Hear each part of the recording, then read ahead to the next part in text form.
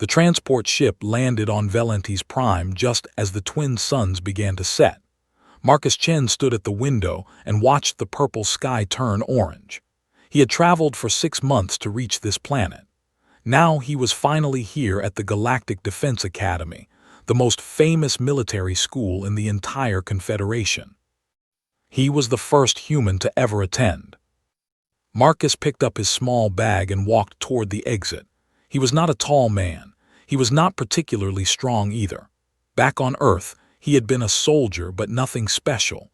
Just another human who did his job and did it well. The Confederation had asked for one human to send to their academy as part of the new alliance. Marcus had volunteered. Outside the ship, a group of alien cadets waited to see him arrive. They stood in a line, watching with curious eyes. Some of them were huge. The Krelliks towered over everyone else.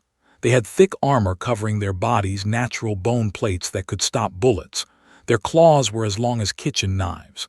Next to them stood the Scythian, smaller but deadly. Their skin changed colors and their teeth dripped with poison. Marcus walked past them all. He heard them whisper, "That is the human. Where are its weapons, its armor? It looks like food." Marcus kept walking. He had expected this. Humans were new to the galaxy. Nobody knew what they could do. And honestly, looking at himself compared to these creatures, he understood why they were confused. He had no claws, no fangs, no armor, no poison, just soft skin and flat teeth. A tall creature with gray scales approached him. This was Commander Kethril, a Vorthak, one of the most respected instructors at the academy. He looked at Marcus with 4 yellow eyes. "You are the human representative," Kethril said. It was not a question. "Yes, Commander." "You will be placed in the support species track, medical training, supply management, communication systems." Kethril paused. "We do not expect you to complete combat training. Your species is limited." Marcus nodded. "I understand, Commander." But his eyes said something different.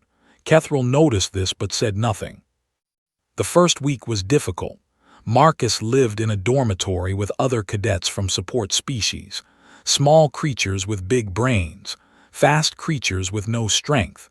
They were all here to learn how to help the real warriors. None of them were expected to fight. Marcus trained with them during the day. He learned medical procedures. He studied communication equipment. He did everything they asked. But at night, he did something else. Every night after everyone was asleep, Marcus went to the training grounds alone. He ran. He ran for hours without stopping.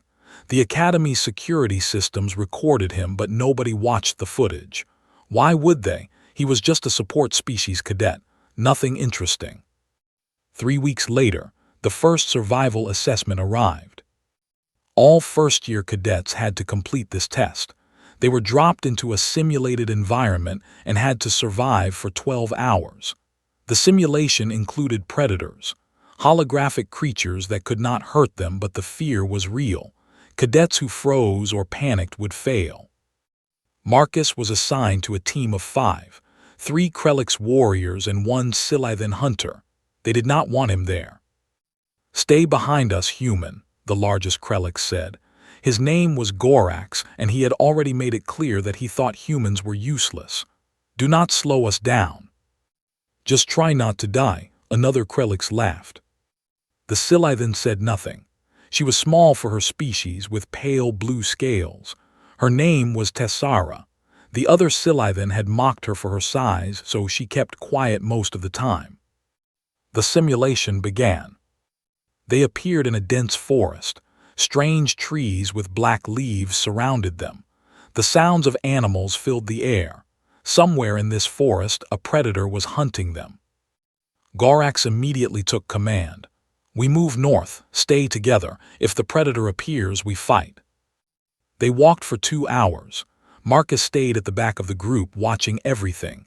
He noticed small details, broken branches, disturbed soil, patterns in the animal sounds. "It has been following us for 30 minutes, Marcus said quietly. Everyone stopped. "What?" Gorax turned around. The predator, it is behind us, watching, learning our patterns. Gorax laughed. The human thinks he knows about predators. What could you possibly know about hunting? Before Marcus could answer, the forest exploded. The holographic predator burst from the trees. It was massive, 8 legs, a mouth full of teeth. It screamed as it charged directly at the group. The Krelix warriors raised their claws. Tessara prepared her venom. Everyone got ready to fight. Everyone except Marcus. He stepped forward past the warriors and stood directly in the predator's path. The creature was running straight at him. In 3 seconds, it would reach him. "Human, move," Gorax shouted. Marcus did not move. At the last moment, he stepped to the side. As the predator passed him, he struck it in a very specific spot behind its front leg. The creature stumbled. Its leg stopped working. The predator turned, confused. It tried to attack again, but it was slower now. Marcus had damaged something important. "The nerve cluster," Marcus said calmly. "All 8-legged predators have one. Hit it hard enough and the leg fails." The Krelix stared at him. The predator tried to circle around for another attack. Marcus watched it carefully. "Commander Kethril," Marcus spoke to the air, knowing the instructors were watching through cameras. "I have a question about the test." There was silence. Then Kethril's voice came through the speakers. "What is your question, Cadet Chen?" Marcus looked at the predator. Then he looked at the instructor's observation point hidden in the trees. "The test asks us to list 3 ways to disable a predator," Marcus said. "I need clarification." "What clarification?" Marcus smiled slightly. It was not a friendly smile. "Disable it temporarily or forever." Nobody spoke for a long moment. The predator continued circling, but even it seemed to sense that something had changed. The human was no longer prey. He was something else entirely. In the observation room, Commander Kethril leaned forward. His 4 eyes narrowed. For the first time in 30 years of teaching, he felt something he had not expected to feel while watching a support species cadet. He felt concern. Commander Kethril sat alone in his office. The lights were dim. On his screen, he watched a recording. The same recording he had watched 17 times already. The human stepping forward, the predator charging, the calm voice asking that simple question. Temporarily or forever? Kethril had trained thousands of cadets over the years. He had seen Krelix warriors crush enemies with their bare claws. He had watched Scythian assassins kill targets before anyone knew they were there. He had witnessed creatures of pure violence from dozens of worlds. None of them had ever made him feel this way. He opened a new file on his computer, Earth, Humanity. He began to read. The first thing he learned was that humans were not predators. At least they had not started that way. Millions of years ago, they were small and weak. They lived on a dangerous planet filled with creatures that wanted to eat them. Big cats with teeth like swords, bears that could crush bones with one hit, wolves that hunted in packs. And somehow the humans survived. Kethril read about something called persistence hunting. His translator struggled with the concept at first. Then he understood and his blood went cold. Humans could not run fast. Almost every predator on their planet was faster, but humans could run far. They could run for hours, days. They would chase an animal until it collapsed from exhaustion. The prey would sprint away, rest, sprint away again. But the human would never stop, never rest, just keep coming, walking, jogging, following. Eventually, the prey would simply give up. Its heart would fail. Its legs would stop working, and the human would walk up to it and kill it easily. It was not hunting, it was something else, something patient and terrible. Kethril closed his eyes. He thought about the look on the human's face during the assessment. No panic, no fear, just calm calculation. He understood now. Humans were not predators, they were something worse. They were survivors. Across the academy grounds, Marcus was doing what he did every night, running. The track was empty at this hour. Most cadets were sleeping or studying, but Marcus ran alone in the darkness, his feet hitting the ground in a steady rhythm. He had run like this since he was 15 years old. Back on Earth, his father had taught him. The body wants to quit, his father had said. The mind wants to quit, but you have a choice. You can always keep going. Marcus had never stopped since. A movement caught his eye. Someone was watching him from the edge of the track. He slowed down and saw pale blue scales in the moonlight. Tessara. You should be sleeping, Marcus said. So should you, she stepped closer. Her eyes were large and golden, designed to see in darkness. Why do you run so much? It helps me think. You have been thinking every night for 3 weeks. Marcus smiled. You have been watching me every night for 3 weeks. Tessara looked embarrassed. Her scales shifted color slightly, turning a deeper blue. I was curious. The other cadets say you are weak, but I saw what you did during the assessment. That was not weakness. Marcus stopped running completely.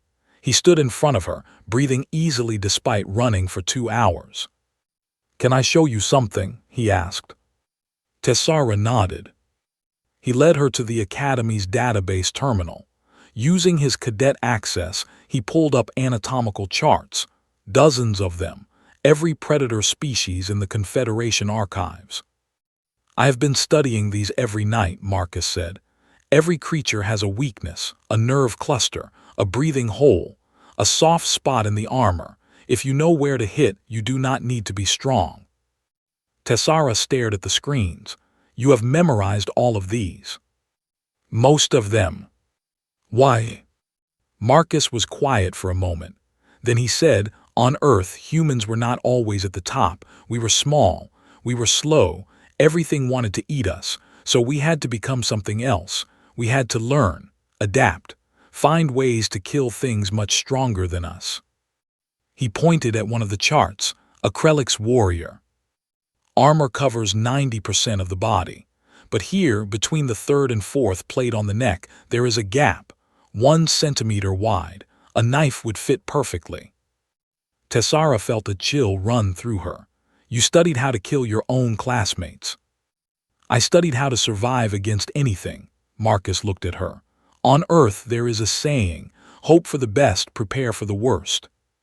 What happened to the predators on your world? The ones that hunted humans? Marcus smiled, but there was no warmth in it. They are gone, all of them.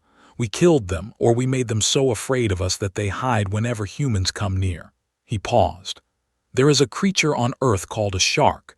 It has been alive for 400 million years. It survived everything. Asteroids, ice ages, everything. But now they swim away when they see humans because they learned what we are. Tessara was silent for a long time. Finally she asked, what are you?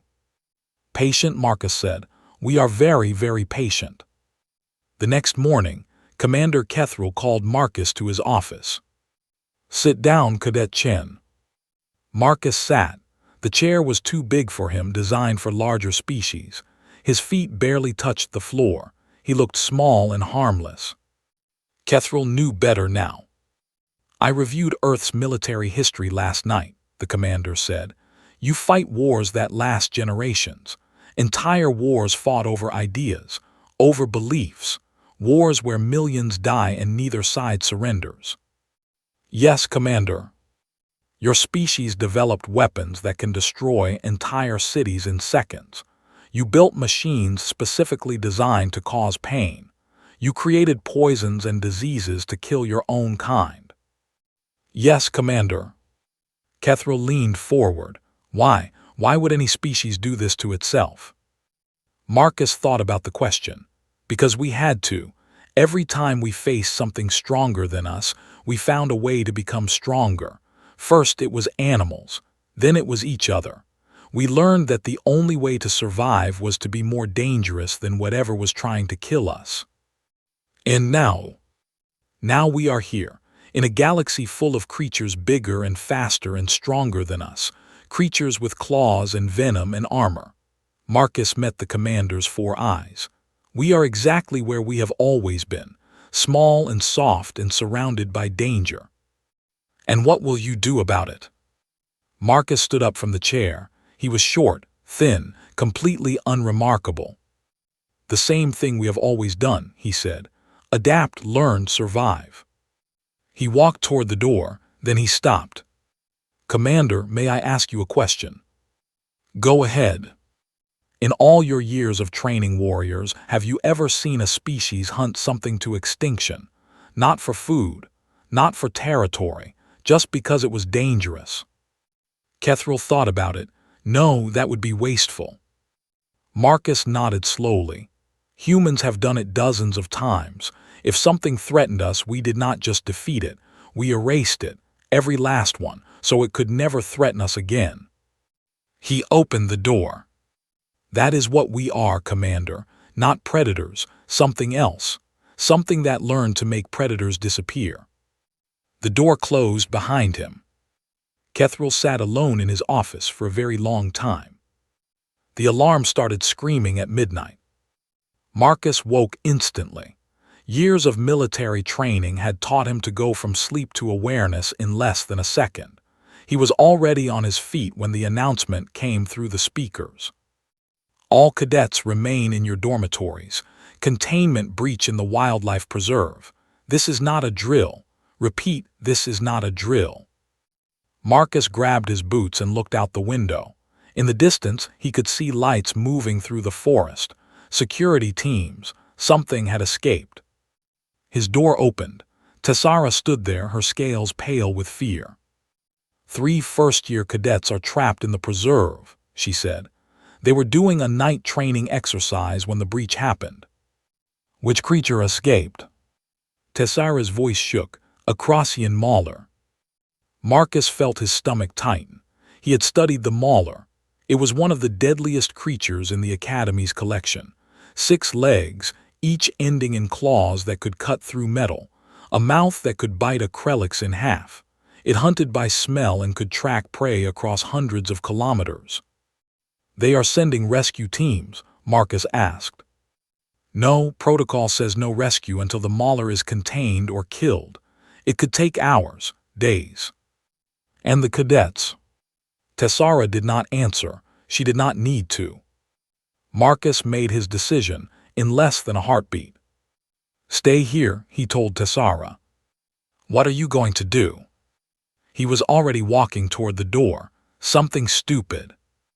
The wildlife preserve was dark and silent. Marcus had climbed the fence without being seen. Now he moved through the trees, listening to every sound. His eyes slowly adjusted to the darkness. Somewhere in this forest, 3 cadets were hiding. Somewhere else, a monster was hunting them. Marcus was going to find both. He did not bring any weapons. The Academy did not give weapons to support species cadets, but Marcus had something else. He had knowledge. The Crossian mauler had a weakness. Every creature had a weakness. The mauler could not regulate its body temperature. After extended running, it would overheat. It needed to rest, to cool down. Humans did not have this problem. Marcus started jogging, not running, just a steady pace, the same pace he had practiced every night for weeks. He found the first sign after 20 minutes, claw marks on a tree, deep cuts that went through the bark. The mauler had passed this way recently. He kept moving. 30 minutes later, he heard something, breathing, quiet sobbing. He pushed through some bushes and found them. 3 cadets, 2 Velari and 1 young Krelix. They were hiding in a small ravine pressed against the rocks. Their eyes went wide when they saw him. Human, the Krelix whispered, what are you doing here? Getting you out. The mauler is close. We can hear it moving. If we try to leave, it will catch us. Marcus looked around. The ravine was a good hiding spot, but it was also a trap. Only one way in, one way out. If the mauler found them, they would have nowhere to run. Stay here, Marcus said. Do not move, do not make any sound. What are you going to do? Give it something else to chase. Before they could stop him, Marcus climbed out of the ravine. He stood in the open, visible, exposed. Then he did something that made no sense to any of them. He started whistling. The sound carried through the forest, clear and loud, like a signal. For a long moment, nothing happened. Then the trees exploded. The mauler came from the darkness like a nightmare made real. It was bigger than Marcus had expected. Its eyes burned with hunger. Its claws tore the ground as it charged. Marcus ran. Not away from the cadets, in a different direction, leading the beast away from them. He sprinted through the trees, ducking branches, jumping over roots. Behind him, the mauler screamed in rage. It was faster than him, much faster, but Marcus had a plan. He ran for 10 minutes. The mauler stayed close behind, sometimes almost catching him. But every time it got close, Marcus would change direction sharply. The creature was big and fast, but it was not good at turning. Each direction change cost it precious seconds. After 10 minutes, Marcus slowed down slightly. The mauler did not. It kept running at full speed, trying to catch him. Its legs pumped. Its heart raced. Its body generated heat that had nowhere to go. 20 minutes, Marcus kept running. His lungs burned, his legs ached. But he did not stop. He would never stop.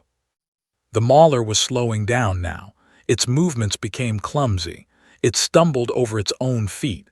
Steam rose from its body. 30 minutes. Marcus was exhausted but still moving. The mauler had almost stopped completely. It stood in a clearing, panting, unable to continue. Its body was overheating. It needed to rest or it would die. Marcus stopped running. He turned around and faced the creature. The mauler stared at him. Even in its weakened state, it was still dangerous. One swipe of its claws could kill him, but it did not attack. It was too tired, too hot. For a long moment, human and monster looked at each other. "You are a predator," Marcus said quietly. "You have claws and teeth and strength, but you cannot do what I can do. You cannot keep going. You will always need to stop." The mauler growled weakly. "I will not." Marcus picked up a large branch from the ground. It was not much of a weapon, but it was something. He started walking toward the creature. The mauler tried to rise, tried to attack, but its body failed it. Its legs would not obey. It collapsed back to the ground, helpless. Marcus stood over it. He raised the branch. Then he stopped. He looked at the creature lying before him, dangerous, deadly, but also just an animal following its instincts, hunting because that was what it was made to do. He lowered the branch. "I could kill you," he said. "Part of me wants to. That is what humans do. We eliminate threats, permanently." He paused. "But you are not evil. You are just what you are. And I do not have to be what my ancestors were." He stepped back. "Sleep, rest. When the security teams find you, do not fight. Just let them put you back in your cage." The mauler watched him go. It did not understand his words, but something in its animal brain understood something else. This small, soft creature had beaten it, and it had chosen to let it live. 2 hours later, Marcus walked out of the forest. Security teams surrounded him immediately. Commander Kethril was there, his 4 eyes wide with shock. "You went in alone," Kethril said, "against a Crossian mauler, unarmed." "The cadets are safe," Marcus replied. "They are waiting in a ravine 2 kilometers north. The mauler is resting in a clearing 3 kilometers west. It will not fight back." How is this possible?" Marcus looked at the commander. He was covered in dirt and sweat. His legs were shaking from exhaustion. He could barely stand. But he was smiling. "I told you, Commander, we are patient. We are very, very patient." Behind them, the 3 rescued cadets emerged from the forest with a security team. The young Krelix saw Marcus and stopped. For a moment, he just stared. Then slowly, he bowed his armored head. "Thank you, human." Marcus nodded. "Get some rest. You have training tomorrow." He walked back toward the academy, leaving everyone staring after him. The small, soft human who had hunted a monster and won. Not by being stronger, by being something else entirely. The tribunal room was full. Marcus had never seen so many important aliens in one place. Admirals from 7 different species sat in elevated seats, looking down at him. Ambassadors watched from the gallery above. Holographic cameras recorded everything for transmission across the Confederation. He was in trouble. Cadet Marcus Chen, the head admiral, spoke. She was a Krelix, ancient and powerful, her armor scarred from decades of battle. You entered a restricted zone without authorization. You engaged a dangerous creature against direct orders. You risked your life and potentially endangered rescue operations. Marcus stood at attention. Yes, Admiral. What do you have to say for yourself? 3 cadets are alive because of my actions. The Crossian Mauler was subdued without casualties. I regret breaking protocol, but I do not regret the result. Whispers filled the room. The Admiral raised a claw for silence. The Confederation Council has requested something unusual. They want you to provide a full tactical briefing on human combat capabilities. Many species are curious about your kind. Marcus felt a chill. With respect, Admiral, I am just a cadet. I cannot speak for all of humanity. You are the only human in this sector. You will have to do. She leaned forward. Explain to us how a species with no natural weapons became capable of doing what you did. Marcus was quiet for a moment. He looked around the room at all the powerful creatures watching him, creatures with claws and armor and venom, creatures that could tear him apart without effort. Then he began to speak. Humans evolved on a planet called Earth. It is a dangerous world. For most of our history, we were prey. Everything wanted to eat us. We had no claws to fight back, no armor to protect us, no venom to defend ourselves. He paused. So we developed something else. We developed our minds. A holographic display activated behind him, showing images of Earth. Ancient humans hunting with spears, building shelters, making fire. First, we created tools. Sticks became spears. Rocks became knives. We could not grow claws, so we made them. We could not grow fangs, so we invented arrows and eventually bullets. The images changed. Wars, armies, machines of destruction. But tools were not enough. We also developed tactics, strategy, ways of fighting that did not require strength. We learned to use the environment, to set traps, to attack when the enemy was weak, to run away and fight another day. A Scythian admiral spoke. Running away is cowardice. Marcus shook his head. Running away is survival. Humans do not fight fair. We do not stand in the open and charge at our enemies. We hide, we wait, we attack from shadows, and if we are losing, we retreat. We come back with more soldiers, more weapons, better plans. He pulled up new images. Trenches, bunkers, underground tunnels. Human wars can last for years, decades, generations. We have fought wars where millions died and neither side surrendered, because humans do not know how to give up. We can lose every battle and still keep fighting. We can be pushed to the edge of extinction and still refuse to quit. The room was very quiet now. You asked how I survived against the Crossian Mauler. The answer is simple. I knew I could not beat it in a fight. It was stronger, faster, and more dangerous. But it had a weakness. It could not run forever. I could. He looked directly at the Krelix Admiral. On Earth, we call this persistence hunting. Our ancestors would chase animals for days without stopping. The prey would run fast, then rest, then run again. But the human would never rest, just keep following. Eventually, the animal would collapse from exhaustion. Then the human would walk up to it and kill it with a simple tool. Admiral Kethril spoke from the gallery. Show them the paleontological record. Marcus hesitated, then he nodded. New images appeared. Ancient creatures from Earth's past. Massive predators with enormous teeth. Huge bears, giant cats, creatures that should have easily killed every human they encountered. "These are some of the predators that existed when humans first evolved," Marcus said. "They were the dominant species on Earth, faster than us, stronger than us, better hunters than us." He changed the image. Empty landscapes, museums, bones in glass cases. "They are all gone now, every single one. Humans killed them, not because we needed to, not because we were hungry, because they were dangerous, because they threatened us. So we hunted them until there were none left." The room was completely silent. "Humans do not just defeat our enemies. We erase them, completely, permanently, so they can never threaten us again." A young admiral from a species Marcus did not recognize spoke up. "Surely this is exaggeration. Your species cannot truly be that thorough." Marcus turned to face him. "When humans encountered wolves, they were terrified. Wolves hunted in packs and killed humans regularly. We could not match them in strength or speed, so we did something else.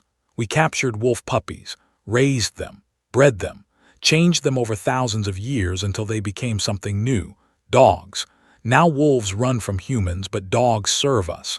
We turned our greatest enemies into our loyal servants." He pulled up more images: nuclear explosions, biological weapons, chemical warfare. "We have created weapons that can destroy entire cities in seconds. We have built bombs that can poison the land for 1,000 years. We have developed diseases in laboratories specifically designed to kill millions. Not to use against other species, to use against each other." Several admirals leaned back in their seats. "You wanted to know about human combat capabilities. Here is the truth. We are small, we are weak. We have no natural weapons, but we have spent our entire existence fighting things stronger than us, and we are still here. They are not." He stepped forward, looking up at the assembled admirals. "They have dominated their sector for 1,000 years. Your armor is legendary. Your strength is unmatched." He paused. "But there is a gap between your third and fourth neck plate, 1 centimeter wide, large enough for a knife. I noticed it on my first day at the academy." The admiral's eyes widened. "They are the greatest assassins in the Confederation. Your venom can kill in seconds, but it takes 3 hours to regenerate. After one attack, you are defenseless." The admiral's scales shifted color. "I have spent every night for 6 months studying the anatomy of every species in this room. I know your weaknesses, all of them. Not because I plan to use that knowledge, but because humans always prepare for the worst." He returned to the center of the room. "You invited humans into your confederation. You thought we were harmless, weak, prey." He smiled, but there was no warmth in it. "I hope we can be your allies. I hope we can be your friends. But if you ever become our enemies, remember what I told you today." He looked around the room one final time. "Remember what happened to everything else that threatened humanity. Remember that we are still here." The tribunal ended soon after that. No punishment was announced for. The admirals left quickly, not speaking to each other. In the hallway outside was waiting. "That was terrifying," she said. Shrugged, "They asked for the truth. I gave it to them." "Do you really know how to kill a?" He looked at her with tired eyes. "I know how to kill everything. I wish I did not, but that is what being human means. We see danger everywhere. We prepare for everything. We trust no one completely." He started walking back toward the dormitory. "Come on, we have training tomorrow, and I think the instructors are going to start taking me more seriously." Behind them in the tribunal room, the admiral sat alone. She looked at the empty space where the human had stood. She thought about his words, his calm voice, his complete certainty. For the first time in her very long life, she understood something. She understood what it felt like to be prey. 1 year had passed since the tribunal. The Galactic Defense Academy had changed. Not obviously. The buildings were the same. The training grounds looked identical, but something was different in the air, a new kind of respect, a new kind of fear, had graduated at the top of his class. Every elite unit in the Confederation had sent him offers: the Special Forces, the Shadow Corps, the Prime Guard. They all wanted the human who had outrun a mauler, the human who had taught admirals to feel afraid. He turned them all down. Instead, he made an unusual request. He asked to stay at the academy, not as a student, as an instructor. Specifically, he wanted to teach the support species cadets, the ones everyone else had given up on. Commander approved the request personally. Now stood in front of a classroom filled with new cadets. They were small, thin, weak by the standards of warrior species. Many of them had been told they would never be fighters. They believed it. Was going to change that. "Welcome to basic survival tactics," he said. His voice was calm and quiet. "My name is Instructor. I am human." A few cadets exchanged glances. Everyone knew about the human now. His story had spread across the academy. Some thought he was a hero. Others thought he was dangerous. Most thought both. "Before we begin, I want to show you something." He activated the holographic display. An image appeared. A small, thin creature standing next to a massive warrior. The size difference was almost funny. "This is a human standing next to a. As you can see, we are smaller, weaker. We have no claws, no armor, no natural weapons." He paused. "Can anyone tell me which one is more dangerous?" Silence. A young cadet raised her hand. She was with delicate wings and large eyes. "The Instructor." "Why?" "Because it has claws, armor, strength." Nodded. "That is what everyone thinks, and that is why everyone is wrong." He changed the image. Now it showed Earth's history, humans hunting mammoths, building cities, launching rockets into space. Humans were never the strongest species on our planet. We were not the fastest. We were not the most deadly, but we survived, and everything that tried to stop us did not. He walked slowly through the classroom, looking at each cadet. "You have been told that you are support species, that your job is to help the real warriors, to carry supplies, to treat wounds, to stay out of the way." He stopped in the center of the room. "I am here to tell you that this is a lie." The cadets stared at him. Every great warrior has a weakness. Every powerful species has a blind spot. And the ones who learn to find those weaknesses, to exploit those blind spots, they are the ones who truly decide battles. Not the soldiers with the biggest claws, the ones with the sharpest minds. He pulled up anatomical charts, the same ones he had studied during his first year. "This semester, you will learn every weakness of every warrior species in the Confederation. You will learn how to survive against creatures 10 times your size. You will learn that size and strength are not the same as power." A hand raised. A small sat in the back corner. He was young, barely reaching the chest of other his age. His armor was thin and underdeveloped. The other had sent him to the support species track as an embarrassment to his family. "Instructor," the young said, "with respect, this is easy for you to say. You are legendary now. Everyone knows what you did, but we are not you." Walked toward him. The classroom went silent. "What is your name, cadet?" "Instructor." "Stand up." The young stood. He was small for his species, but still much larger than. His claws were shorter than normal, but still sharp. "Attack me," said. Blink to watch. "Attack me, right now, try to hurt me." I could not. You are an instructor, I could be expelled." "You have my permission. Attack me with everything you have." Hesitated. Then slowly he raised his claws. He swung at with all his strength. Moved, not fast, just smoothly. He stepped to the side, let the claw pass by his head, and gently touched on the neck, right in the gap between the 3rd and 4th armor plate. "Dead," said quietly. Froze. "Try again." Swung again and again. Each time simply moved, dodging, redirecting, never blocking, never fighting back, just avoiding every attack and touching in a vulnerable spot. Neck, armpit, back of the knee, inside of the elbow. Dead, dead, dead, dead. Finally stopped. He was breathing heavily, his arms hung at his sides. I never hit you, he said, not once. No, you did not, step back. And you are twice my size, 3 times my weight. Your claws could cut me in half, but you did not touch me, not because I am special, because I know how to move. I know where to be, I know how you attack before you attack. He addressed the whole class. I am going to teach you these things, all of you. It will not be easy, it will take time. But when I am done, you will walk into any room and know that you can survive, that you can protect yourself and others, that you are not prey. He looked at. Sit down, cadet, and pay attention. I am going to make you dangerous. After class, walked through the academy grounds. The twin suns were setting again, just like they had on his first day, but everything was different now. A voice called out behind him, Instructor. He turned, stood there wearing the uniform of a senior cadet.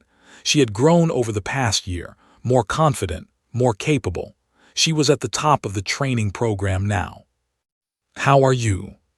She walked with him through the gardens. I watched your class today, from the observation room. And that thing you said, about the ones with the sharpest minds deciding battles. She paused. Do you really believe that? Stopped walking. He looked at the sunset, the purple and orange mixing together in the alien sky. When I was young, my father told me something. He said that the most dangerous thing in the universe is not the creature with the biggest teeth. It is the creature that learned to survive without them. He turned to face her. Every species in this galaxy looks at humans and sees weakness. Soft skin, no claws, no venom, they think we are harmless. He smiled. That is exactly what we want them to think. Tessara remembered something he had told her a year ago. At night, on the running track, when all of this had started. You said humans were patient, that you were very, very patient. We are. Patient for what? Marcus did not answer for a long moment. He looked at the academy around them, at the cadets from dozens of species training together, at the galaxy they were all part of now. Patient for whatever comes next, he finally said. We have been fighting for survival since we climbed down from the trees. Everything that threatened us is gone, and now we are here in a galaxy full of new things, bigger things, stronger things. He started walking again. But we are still here, still learning, still preparing, and no matter what happens, no matter what comes for us next, we will still be here when it is over. Tessara watched him go. She thought about everything she had seen in the past year, the Tribunal, the training, the way other species looked at humans now. Not with pity anymore. With something else entirely. Instructor, she called out. He stopped. Yes. I am glad humans are our friends.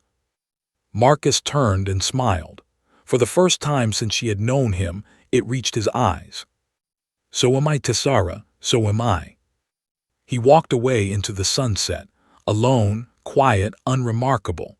Just another human in a galaxy of powerful creatures. The most dangerous thing in the room. And nobody would ever forget it again.